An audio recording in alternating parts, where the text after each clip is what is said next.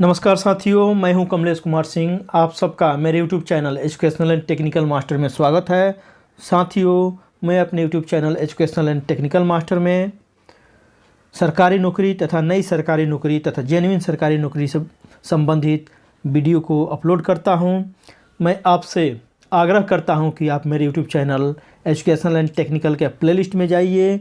वहां पर सरकारी नौकरी से के नाम से एक प्लेलिस्ट बना हुआ है। आप उस पर क्लिक करके एक से बढ़कर एक अपने योग्यता के अनुसार सरकारी नौकरी से संबंधित वीडियो को देख सकते हैं और अपने योग्यता के अनुसार सरकारी नौकरी पा सकते हैं। इसमें हर तरह के वीडियो अपलोड है, मिक्स अपलोड है वीडियो, जिसमें इंजीनियरिंग से लेकर नेवी, आर्मी, वन विभाग, आंगनबाड़ी, बीपीएससी, यूपीएससी, एयरफोर्स, हर तरह के परीक्षाओं से संबंधित वीडियो अपलोड है, जिसे आप अपने योग्यता के अनुसार और किस नौकरी में आप जाना चाहते हैं उसके अनुसार वीडियो को देखकर आप इस कोरोना काल में नौकरी पा सकते हैं। साथियों, मैं एक विशेष आग्रह हाथ जोड़कर करूंगा कि आप मेरे वीडियो को शुरू से अंत तक देखिए, क्योंकि आप इस वीडियो को नहीं देखते हैं तो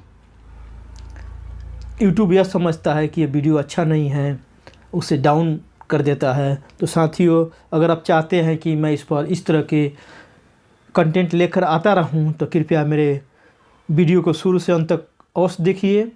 तो साथियों, बिना देरी किए हुए चलिए फिर से आज कुछ नई वैकेंसी के बारे में जानकारी प्राप्त कर लेते हैं, इस वीडियो के लिए बहुत लोगों की बहुत दिन से इंतज़ार होती है। तो चलिए, आज मैं वैसे वैकेंसी को लेकर आया हूँ जिसको आप देखकर, जिसको आप पढ़कर खुश हो जाएंगे। तो चलिए शुरू करते हैं। यह वैकेंसी निकली हुई है। पहली वैकेंसी भारतीय नौसेना में ट्रेड स्किल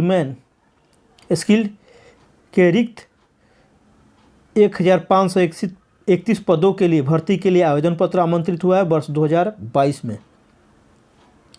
इसके लिए विज्ञापन संख्या है 1/2022।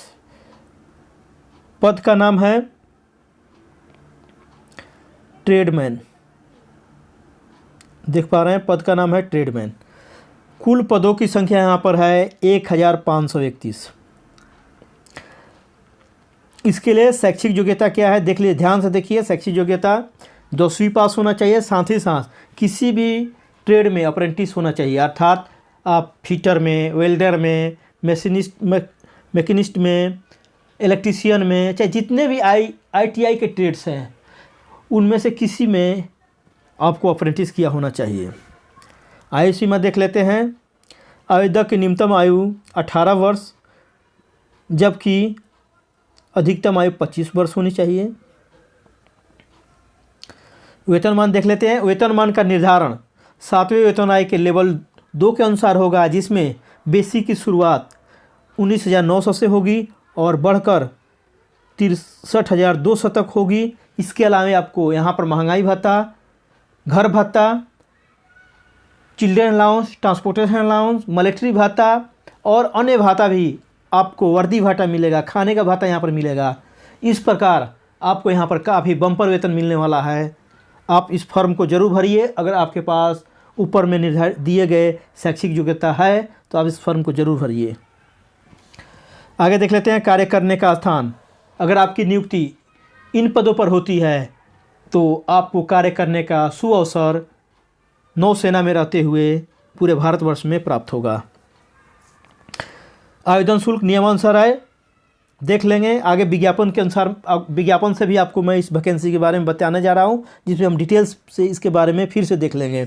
आवेदन कैसे करें? इच्छुक उम्मीदवार इस वेबसाइट https://www.joinindiannavy.gov.in के माध्यम से आप फॉर्म को 19 फरवरी 2022 से 20 मार्च 2022 तक ऑनलाइन भर सकते हैं। चयन की प्रक्रिया, चयन कंप्यूटर आधारित परीक्षा होगा, जिसे शॉर्ट में CBT बोलते हैं। C का फुल फॉर्म है कंप्यूटर, B का फुल फॉर्म है बेस्ट और T का फुल फॉर्म है टेस्ट, अर्थात CBT कंप्यूटर बेस्ड टेस्ट पर होगा, जो ऑब्जेक्टिव टाइप रहेगा, मल्टीपल चॉइस क्वेश्चन रहेगा। इस नियुक्ति से संबंधित महत्वपूर्ण तिथियां देख लेते हैं। ऑनलाइन आवेदन जमा करने की प्रारंभिक तिथि अर्थात शुरुआत हो गई है 19 फरवरी 2022 से। ऑनलाइन आवेदन जमा करने की अंतिम तिथि रहेगी 20 मार्च 2022 के रात के 11:30 बजे तक। तो साथियों, ये रहा पहली वैकेंसी के बारे में जानकारी। दूसरी वैकेंसी भी भारतीय नौसेना से ही निकली हुई है, जो अधिकारी के पद के लिए है। तो चलिए इसके बारे में विस्तार से जानकारी प्राप्त कर लेते हैं। भारतीय नौसेना में एसएससी अर्थात शॉर्ट सर्विस कमीशन, इसको बोलते हैं शॉर्ट सर्विस कमीशन। 15 साल की नौकरी होती है नौसेना में, पूरा 30 साल नौकरी नहीं करना होता है यहाँ पर। अधिकारी के 155 पदों के भर्ती के लिए आवेदन पत्र आमंत्रित हुआ है वर्ष 2022 के लिए। पद का नाम है एसएससी अधिकारी अर्थात शॉर्ट सर्विस कमीशन। इसमें आपको 15 साल नौकरी करना होगा। 15 साल नौकरी करके आप छोड़ देंगे तो आप आगे जाकर रेलवे में, बैंक में, कहीं भी जाकर फिर दोबारा नौकरी कर सकते हैं। आप वहाँ से पेंशन लेते रहेंगे और दूसरी जगह से वेतन मिलेंगे। और तो ये शॉर्ट सर्विस की नौकरी होती है। आगे देख लेते हैं कुल पदों की संख्या कहाँ कितनी है, 155 है। शैक्षणिक योग्यता देख लेते हैं। चूँकि यहाँ पर आपको अधिकारी बनना है तो अधिकारी के लिए शैक्षणिक योग्यता भी उच्च है अर्थात हायर है। देख लेते हैं क्या शैक्षणिक योग्यता होना चाहिए। आवेदक के पास बीएससी होना चाहिए, साइंस में होना चाहिए, बीई होना चाहिए, bachelor of engineering, BTech, bachelor of technology या एमएससी या एमटेक की डिग्री होनी चाहिए। अगर आपके पास ये डिग्री है तो आप निश्चित रूप से अधिकारी पद के लिए आवेदन कर सकते हैं। आगे देख लेते हैं। आयु सीमा, उम्मीदवार का जन्म 2 जनवरी 1996 से 1 जनवरी 2000 के बीच में ही होना चाहिए। वेतनमान नियमानुसार मिलेगा, बम्पर वेतन मिलेगा। अधिकारी पोस्ट है, भयंकर यहाँ पर वेतन मिलने वाला है। कार्य करने का स्थान, अगर आपकी नियुक्ति इस पद पर होती है तो आपकी पोस्टिंग भारत में कहीं भी की जा सकती है। आप पूरे भारतवर्ष का कार्य करते हुए आनंद उठा सकेंगे। आवेदन शुल्क नियमानुसार है, विज्ञापन में हम आगे जाकर देखेंगे। आवेदन कैसे करें? इच्छुक उम्मीदवार इस वेबसाइट से पर जाकर https://www.joinindianarmy.navy.gov.in पर फॉर्म को 25 फरवरी 2022 से 12 मार्च 2022 तक भर सकते हैं। तो कमर कस लीजिए इस फॉर्म को भरने के लिए। अगर आपके पास ऊपर दिए गए निर्धारित शैक्षणिक योग्यता है तो आप निश्चित रूप से इस फॉर्म को भर सकते हैं और इंडियन नेवी में आप ऑफिसर बन सकते हैं। आपको इसे ऑनलाइन भरना है इस वेबसाइट पर जाकर। चयन की प्रक्रिया, चयन आवेदन की शॉर्ट लिस्टिंग के आधार पर होगा। इस नियुक्ति से संबंधित महत्वपूर्ण तिथियां देख लेते हैं। ऑनलाइन आवेदन जमा करने की प्रारंभिक तिथि रहेगी 25 फरवरी 2022 से यह शुरू होगा ऑनलाइन फॉर्म जमा करने की, तथा ऑनलाइन आवेदन पत्र जमा करने की अंतिम तिथि रहेगी 12 मार्च 2022। तो साथियों, ये रहा 2 वैकेंसी। संक्षिप्त में इसकी जानकारी। इसी वीडियो के अगले चरण में हम इसके विज्ञापन से, आधिकारिक विज्ञापन जो इंडियन नेवी का है, उससे इसके बारे में थोड़ा और डिटेल्स में जानकारी प्राप्त करेंगे। तो मैं आपसे आग्रह करूंगा कि आप इसके अगले चरण में बने रहिए ताकि इसके बारे में आपको डिटेल्स। इंडियन नेवी से जो दूसरी वैकेंसी निकली हुई है शॉर्ट सर्विस कमीशन के लिए, ऑफिसर्स के लिए, उसके बारे में भी इसके आधिकारिक विज्ञापन से जानकारी प्राप्त कर लेते हैं। यहाँ पर आप देख पा रहे हैं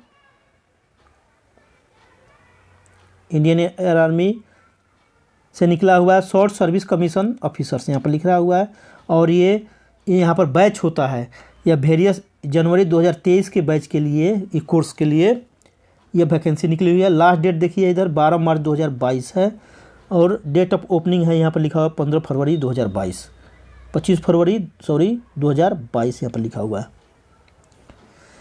आगे देख लेते हैं। यहाँ पर आप देख रहे हैं कि जनरल सर्विस के लिए ये ब्रांच है आपको यहाँ पर इसके लिए क्वालिफ़िकेशन चाहिए, यहाँ पर BE चाहिए चाहे BTech चाहिए। इसके लिए वैकेंसी 40 है। मेन यहाँ पर भर सकते हैं पुरुष लोग और डेट ऑफ बर्थ ये चाहिए। दूसरी है नेवल आर्मामेंट इंस्पेक्टरेट कैडर, ये देखिए इसके लिए BTech BE चाहिए, मार्क्स 60% होना चाहिए। यहाँ पर डिटेल्स लिखा हुआ है, आप अध्ययन कर लीजिए। इसमें महिला और पुरुष दोनों भर सकते हैं, उसकी एज ये होना चाहिए, आप इसका अध्ययन यहाँ पर कर सकते हैं। एयर ट्रैफिक कंट्रोलर के लिए ATC जिसको बोलते हैं, उसके लिए BTech होना चाहिए एनी डिसिप्लिन में, 60% मार्क्स के लिए। इसके लिए 6 पोस्ट है यहाँ पर देख पा रहे हैं। इसके लिए महिला और पुरुष दोनों भर सकते हैं। इसकी डेट ऑफ बर्थ ऐसी होनी चाहिए, इसके बीच में होनी चाहिए। उसके बाद है ऑब्जर्वर के लिए यही क्वालिफ़िकेशन है जो ऊपर वाला एयर ट्रैफिक कंट्रोलर के लिए है। इसमें 8 पद है, यहाँ पर केवल पुरुष ही भर सकते हैं। उसका डेट ऑफ बर्थ इसके बीच में होना चाहिए, यहाँ पर दिया है। उसके बाद पायलट है, पायलट के लिए भी BTech होना चाहिए 60% मार्क्स के साथ। 15 पोस्ट हैं, केवल इसके लिए पुरुष ही आवेदन कर सकते हैं। इसके बाद लिंग्विस्टिक के लिए निकला हुआ है, देखिए यहाँ पर BTech होना चाहिए, MBA होना चाहिए, BSc होना चाहिए। इसके लिए 18 पद है, इसके लिए केवल पुरुष ही भर सकते हैं। इसका जन्म तिथि इसके बीच में होना चाहिए। एजुकेशनल ब्रांच है कुछ इनके, उसमें देख लेते हैं। एजुकेशन में यहाँ पर लिखा है 60% मार्क्स होना चाहिए MSc मैथ या ऑपरेशनल रिसर्च में विद फिजिक्स इन BSc में। इसके लिए 5 पद हैं, यहाँ पर आप पूरा स्टडी कर सकते हैं और इसमें महिला और पुरुष दोनों भर सकते हैं। इसके लिए डेट ऑफ बर्थ इतना यहाँ पर दिया हुआ है, डेट ऑफ बर्थ ये देख सकते हैं आप। उसके बाद इंजीनियरिंग ब्रांच जनरल सर्विस के लिए यहाँ पर वैकेंसी निकली है जो BTech होना चाहिए, यहाँ पर लिखा हुआ है, आप देख लीजिए। कुल पदों की संख्या 15 है, केवल पुरुष ही भर सकते हैं और डेट ऑफ बर्थ इसके बीच में होना चाहिए। इलेक्ट्रिकल ब्रांच के लिए है BTech होना चाहिए, इलेक्ट्रिकल में, इलेक्ट्रॉनिक्स में, इलेक्ट्रिकल एंड इलेक्ट्रॉनिक्स में यहाँ पर दिया हुआ ब्रांचेस इसमें होना चाहिए। इसके 30 वैकेंसी निकला हुआ, केवल पुरुष भर सकते हैं और डेट ऑफ बर्थ इसके बीच में होना चाहिए। और आपको यहाँ पर दिया हुआ है कौन अप्लाई कर सकता है, हु कैन अप्लाई, यहाँ पर लिखा हुआ है। Candidate who have graduated, post graduate और in the final year with minimum 60% marks aggregate और इक्विवेलेंट आप भर सकते हैं। इसमें द यूनिवर्सिटी अबव मेंशन होना चाहिए, ये होना चाहिए should be act of central और स्टेट लिंग्विस्टिक इन इंडिया, यहाँ पर डिटेल्स लिखा हुआ है, आप इसका अध्ययन कर सकते हैं। इंजीनियरिंग कैंडिडेट के लिए यहाँ पर लिखा हुआ है, आप देख पा रहे हैं। मेडिकल स्टैंडर्ड क्या होना चाहिए यहाँ पर लिखा है, आप इसके वेबसाइट पर भी जाकर अध्ययन कर सकते हैं। टेन्योर ऑफ कमीशन, ये देखिए कितने साल की सर्विस होगी, 10 साल की सर्विस होगी, ये शॉर्ट सर्विस 15 साल का ना होकर 10 साल का होगा। सिलेक्शन प्रोसीजर यहाँ पर लिखा हुआ है, पूरा आप इसके बारे में विस्तार से अध्ययन कर लीजिए ताकि आपको विस्तार से इसके बारे में जानकारी हो जाए। मेडिकल क्या रहेगा यह भी लिखा हुआ है यहाँ पर। मेरिट लिस्ट कैसे बनेगा यहाँ पर लिखा हुआ है। ट्रेनिंग कितने का होगा यहाँ पर लिखा हुआ है, ये देखिए लिखा हुआ है सब। प्रोबेशन पीरियड कितने साल का होगा, 3 इयर्स का प्रोबेशन पीरियड होगा, यहाँ पर लिखा हुआ है। हाउ टू अप्लाई यहाँ पर लिखा हुआ है, वेबसाइट पर जाकर आप ऑनलाइन अप्लाई करना है, ये पूरा डिटेल्स लिखा हुआ है, आप इसके बारे में अध्ययन कर लीजिए। तो साथियों ये रहा SSC के द्वारा, SSC मतलब शॉर्ट सर्विस कमीशन में ऑफिसर बनने के लिए इंडियन नेवी में कैसे आवेदन करें इसके बारे में जानकारी। साथियों यह वीडियो काफ़ी लंबी हो चुकी है, फिर भी सामान्य अध्ययन के मैं 75 प्रश्नों को यहाँ लेकर आया हूँ, इसे हम जल्दी से जल्दी देख लेते हैं। तो चलिए इसे शुरू करते हैं। सामान्य अध्ययन के कुछ महत्वपूर्ण प्रश्न एवं उत्तर। किस खेल की सर्वोच्च संस्था फेडरेशन इंटरनेशनल डी ला लूटे है, माने यह किससे संबंधित है, डी ला लूटे कुश्ती से। विश्व की सबसे ऊंचाई पर स्थित दूरबीन वेधशाला कहाँ स्थित है, भारत में जम्मू एंड कश्मीर प्रांत के लद्दाख जिले में हेलने नामक स्थान पर है। काफ़ी इंपॉर्टेंट प्रश्न है, इसे नोट कर लीजिए। बाल गंगाधर तिलक ने किसे भारत का हीरा कहा है, गोपाल कृष्ण गोखले को कहा है। बाल गंगाधर तिलक ने कहा, किसको कहा है, गोपाल कृष्ण गोखले को। भारत की कौन सी नोट निगम प्रणाली प्रचलित है? भारत में जो नोट जारी किया जाता है उसको बोलते हैं मिनिमम कैश रिजर्व सिस्टम, इसे हिंदी में बोलते हैं न्यूनतम कोष प्रणाली। तैमूर लंग ने भारत पर कब आक्रमण किया था? इसका सही आंसर है 1398 ईस्वी में। तैमूर लंग ने किसे सुल्तान लाहौर और दीपालपुर का शासक नियुक्त किया है? खिजर खां को। नगर प्रशासन का वर्णन संविधान के किस अनुसूची में है? तो यह 12वीं अनुसूची में है। तैमूर लंग ने कितने दिनों तक दिल्ली को लूटा? तो 15 दिनों तक लूटा। सैयद वंश की नींव किसने रखी थी? इस वंश की नींव खिजर खां ने रखी थी। सल्तनत काल में शासन करने वाला एकमात्र शिया समुदाय का वंश कौन सा था? सैयद वंश था। सुल्तान के बदले रैयत ए आला की उपाधि किसने धारण की थी? खिजर खां ने धारण की थी। सेब में कौन सा अम्ल पाया जाता है? इसमें मौलिक अम्ल पाया जाता है। इमली में कौन सा अम्ल पाया जाता है? इसमें टार्टेरिक अम्ल पाया जाता है। दूध दही में कौन सा अम्ल पाया जाता है? लैक्टिक अम्ल पाया जाता है। चपचार कूट त्यौहार किस राज्य में मनाया जाता है? इसका सही आंसर है मिजोरम में। सिरके में कौन सा अम्ल पाया जाता है? एसिटिक अम्ल पाया जाता है। बोलो किस खेल से संबंधित है? यह शब्दावली है, ये मुक्केबाजी से है। लाल चींटी के डंक में कौन सा अम्ल होता है? जैसा कि आप जानते हैं फॉर्मिक अम्ल होता है। नींबू व खट्टे पदार्थों में कौन सा अम्ल पाया जाता है? साइट्रिक अम्ल पाया जाता है, जैसा कि आप जानते भी हैं। टमाटर के बीज में कौन सा अम्ल पाया जाता है? इसको याद कर लीजिए, ऑक्सैलिक अम्ल। किडनी की पत्थर को क्या कहते हैं? कैल्शियम ऑक्सीलेट कहते हैं। प्राय किडनी में पत्थर बन जाता है, उसका नाम है कैल्शियम ऑक्सीलेट। प्रोटीन पाचन में कौन सा अम्ल सहयोगी है? हाइड्रोक्लोरिक अम्ल HCl, जो लिक्विड फॉर्म में होता है। साइलेंट वैली कहाँ स्थित है? केरल में। एक प्रश्न आपसे, सिलिकॉन वैली कहाँ स्थित है? इसका जवाब कमेंट करके दीजिए, कमेंट बॉक्स में इसका जवाब दीजिए। सिलिकॉन वैली कहाँ स्थित है? यह भारत से संबंधित है प्रश्न। अंतर्राष्ट्रीय सौर गठन का मुख्यालय कहाँ है? काफ़ी इंपॉर्टेंट क्वेश्चन। गुरुग्राम, हरियाणा में। भारत में रोलिंग प्लान की अवधारणा किस वर्ष अपनाया गया?